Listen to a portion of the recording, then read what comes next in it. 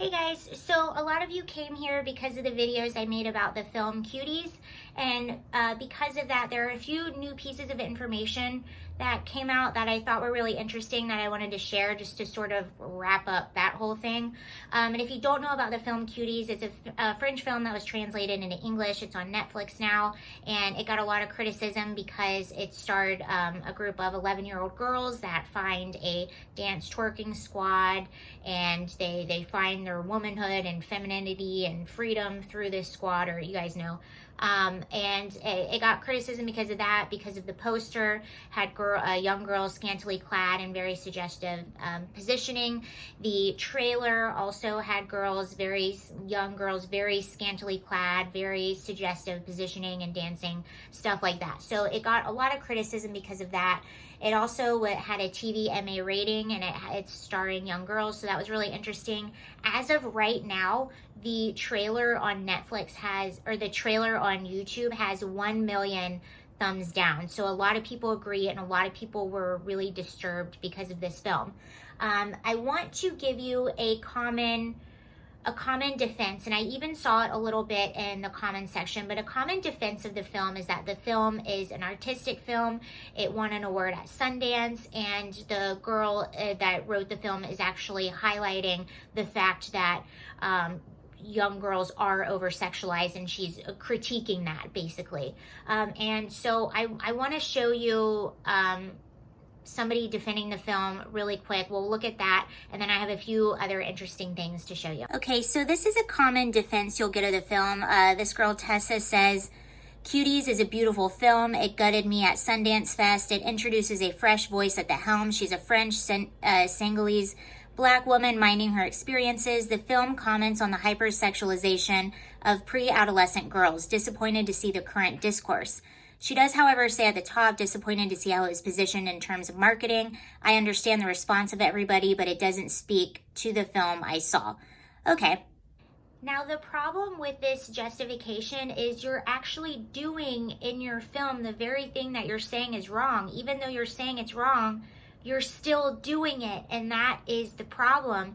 And when you are marketing young girls in that way, whether it's in the description, whether it's on the poster, or whether it's in the trailer, because it's in the trailer, which means it's in the film, you're attracting a lot of unsavory characters. This happened just a few years ago on YouTube. I think it's still happening right now. There were all these seemingly innocent videos of just young girls doing gymnastics. But if you look in the comment section, it was all a bunch of very, very bad, nasty individuals, some of who were putting links to adult websites. They were putting emojis that had really bad overt sexual meanings. Like, it was attracting some really nasty people, and that's unfortunately why the videos were so popular. So YouTube had this really sort of weird battle, because it's these videos that are not supposed to be gross, but it's attracting all of these people. So they, I believe, had to ban some of them or something like that. I'm not sure, but that's just an example of how what kind of person this stuff attracts when you're marketing young people this way. So another thing that she said in that tweet, and you'll hear this as a common defense, is, well, it's just this, wonderful artistic film, and it won a Sundance. It won an award at Sundance. Well, meanwhile, over at Sundance, this was just about a year ago, a little over a year ago, so this definitely happened. So he was definitely still there probably when this movie was in the festival. Headline, Sundance Film Festival co-founder charged with sex abuse. Yeah, the co-founder of the film festival was charged. He is being charged with making very inappropriate advances towards a young girl who is between the ages of 7 and 9. And in 1993, although he was never charged, he was also accused of inappropriate relations with a young boy.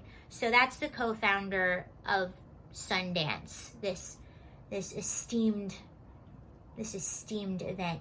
Another thing that came out that a lot of people were saying that is very concerning is the amount of girls that they saw in the audition. So I'm just going to read you a little bit of an interview that the producer gave, and this is in Variety magazine. His name is Sango. I don't personally trust anyone that only has one name. If you go by one name, I don't know if I trust you. So he's being asked by the editor, how did you cast the 11-year-old female lead? And he says, the casting process was a saga. We spent over 6 months and saw 650 candidates.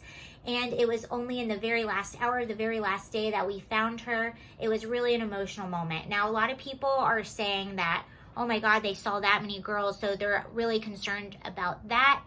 I actually don't have as much concern over the amount that they saw, because I'm an actress. That's not abnormal for people, especially if it's a lead role, to see like a lot of people. I've had some, you could get thousands of submissions for a role, and if you're not finding the person that you think is a good fit, you're going to keep seeing people. So I'm not super concerned with the number, but my question would be, what did they have to do in the audition? Were they just reading the lines, or were they having to dance, or what did they have to do? But I'm a little more concerned about this.